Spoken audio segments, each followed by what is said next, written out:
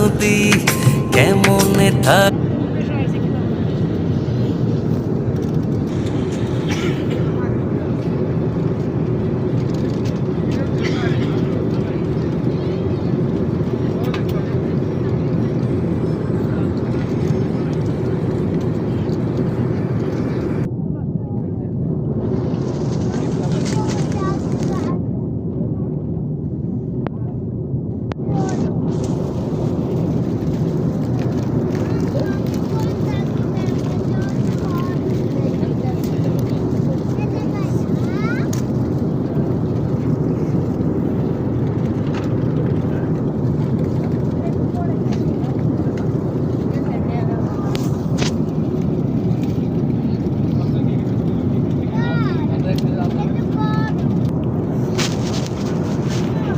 US বাংলায় গরুর মাংস,